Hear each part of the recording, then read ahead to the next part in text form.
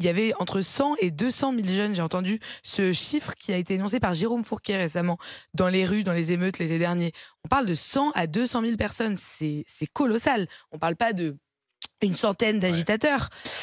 Comment on explique que depuis, on n'a pas ouvert un dialogue, un débat politique, une discussion, une question. Aujourd'hui, ça s'enflamme, et puis après, ça redescend, et puis après, on met ça sous le tapis. Pendant ce temps, il y a le gouvernement qui nous propose de faire des consultations citoyennes.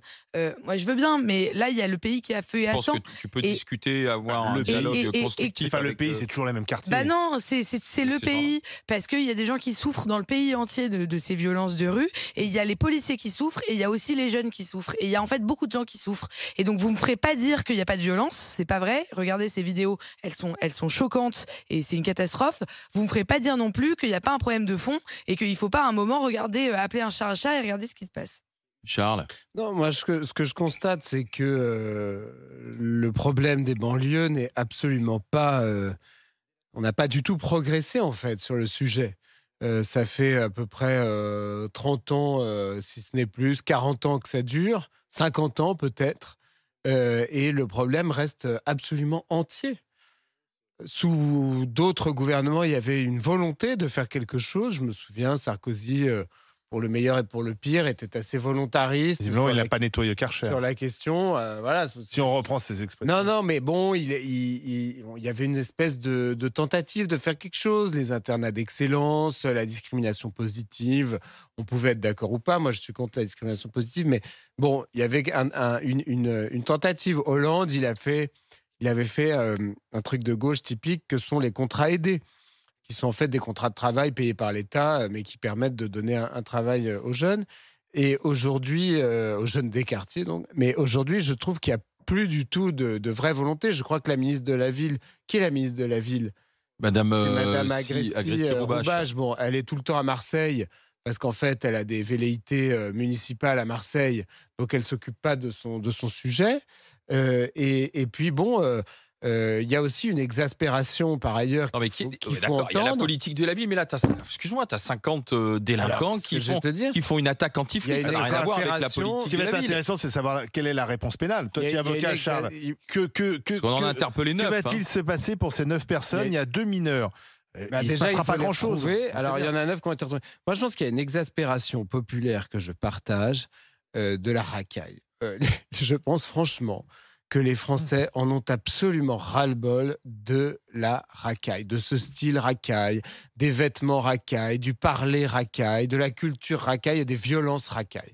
Je pense que ce truc-là vraiment met les gens dans un état de nerfs dont on n'a pas idée. Je pense que les Français modestes sont mais épuisés quand ils prennent le RER de voir arriver des bandes de racailles qui foutent le bordel, qui parlent fort, etc. Et d'ailleurs, je vois par exemple sur les réseaux sociaux, cette exaspération se prolonge par le déni des pouvoirs publics qui font des campagnes pour la civilité dans les transports en commun en faisant comme si c'était Martine, cadre 50 ans, qui parlait trop fort dans son téléphone dans les RER. Tout le monde a vu ces campagnes alors qu'on C'était le sait, problème. on sait que c'est pas ça. Bon. Donc, à mon sens, c'est vraiment une question qu'il faut aujourd'hui Parce qu'ils traiter. ont peur. Moi, je pense qu'il y a un problème d'abord, peut-être en effet de réponse pénale, bonnes réponses pénales. d'automaticité, de rapidité, de certitude, quelque chose. Voilà, on a peut-être une réponse pénale qui est trop diluée. Mais tu as raison, c'est que depuis, par exemple, les émeutes, parce qu'en fait, c'était pas il y a si longtemps, hein, c'était l'été dernier qu'on a vu ces scènes multipliées par, Et il s'est rien passé. par 100, avec beaucoup de violence, Il des ne bâtiments s'est- il ne publics s'est rien dégradés, passé. On n'en a des pas, villes on moyennes, n'a des pas ouvert centres-villes. un Et débat en fait- politique. Et en fait, on n'en parle plus. C'est-à-dire C'est que fini. Emmanuel Macron, il est sur autre chose. Oui, Gérald Et Darmanin n'en parle plus. Et en fait, parce que je pense que le gouvernement a peur. Non, Et a mais peur. attends, Et donc, ils en ont fait, pas d'idée. c'est la phrase de la haine. C'est jusqu'ici, tout va bien. Oui. C'est-à-dire que jusqu'ici, tout va bien. Et bon, là, on va en parler aujourd'hui. Demain, on sera sur autre chose. tu as raison. Et d'ailleurs, oui, mais d'ailleurs, Et quand on a pourvu reçu. pourvu qu'on passe sur autre chose, c'est ça Quand- que le gouvernement souhaite. Quand on a reçu Mathieu Kassovitz au Grande Gueule, il a dit on réédite la haine en comédie musicale parce que rien n'a changé malheureusement, parce que ce film est toujours d'actualité. Donc je suis assez d'accord sur le fait qu'il n'y a pas un président qui a apporté des réponses de fond et C'est même pas profondes. un sujet, en Que fait. Emmanuel de Macron, priorité. il a jeté le plan banlieue de Jean-Louis Borloo à la poubelle et que personne n'a vraiment considéré ce sujet.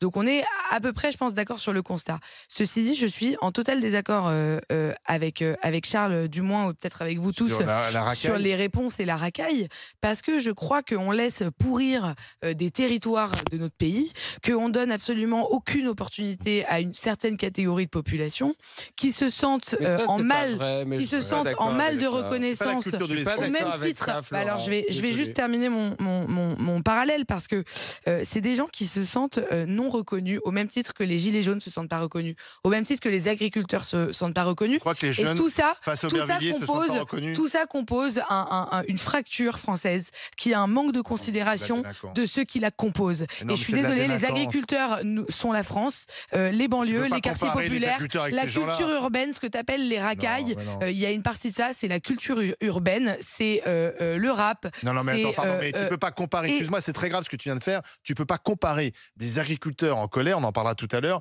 avec ces jeunes-là. Ces jeunes-là, ils ont aucune revendication. Qui a le monopole de dire quelle colère est saine et quelle colère n'est pas saine?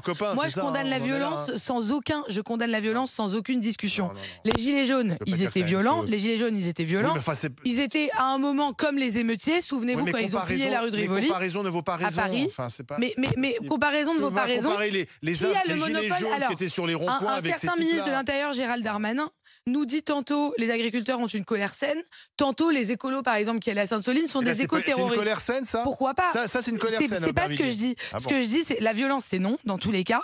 La colère, c'est quoi? Il faut maintenant être en colère pour avoir des chèques. C'est un manque de reconnaissance. Et voilà ce que ça va donner. Ça va donner que tout le monde va se mettre en grève pendant les JO. Comme ça, tout le monde va nous montrer sa colère. Et comme ça, on va encore cultiver ce qu'il y a de pire dans notre culture. Bravo. Alors, pour répondre à Flora, simplement, ce midi, je vais déjeuner. Je vais manger un steak, je pense, peut-être, avec des pommes de terre. Et ce steak et ces pommes de terre auront été produites par un agriculteur. Les agriculteurs travaillent, ils produisent, ils nous nourrissent. Non, mais je vois mal. Un pétard après. Oui, oui, bien sûr, si après je me drogue. Par les émeutiers d'Aubervilliers. Exactement, me sera fourni. Me sera fourni. Non, c'est eux aussi des agriculteurs. Mais bien sûr, c'est eux, ce sont des agriculteurs dans leur genre. Ils les produisent pas, mais et donc, oui, en plus, non, c'est même pas des producteurs, c'est simplement des commerçants. Le vrai producteur, c'est un ami du RIF marocain. Voilà. Eux sont juste des distributeurs. C'est monstrueux d'essentialiser les personnes des quartiers populaires à des dealers. On ne parle que des délinquants, on ne parle pas des habitants. J'ai essentialisé. On ne parle que des délinquants. Charles dit, si tu veux fumer un joint, on parlera d'eux. Attends, mais c'est sûr. Je pense que parmi ces émeutiers, tu n'en as aucun qui a un antécédent pour drogue. Aucun. Non, voilà, ça c'est très vraisemblable. J'ai pas dit aucun, j'ai pas dit tous. Là, c'est 9 casiers vierges qu'on a sur le métier. Justement, moi je considère au contraire que les habitants, la majorité des habitants de ces quartiers, ce sont des victimes qui sont pris en otage par une minorité de délinquants. Et que le comportement de cette minorité de délinquants qui prend en otage le quartier n'est pas acceptable. Et c'est normal de faire le distinguo avec les gilets jaunes ou avec les agriculteurs. Parce que la contribution de ces délinquants, je ne parle pas des habitants, je ne parle pas des jeunes qui habitent dans ces quartiers, en général, je parle des délinquants, leur contribution au bien-être économique et social et culturel du pays est nulle et même en fait très lourdement négative. Voilà, je parle uniquement des délinquants.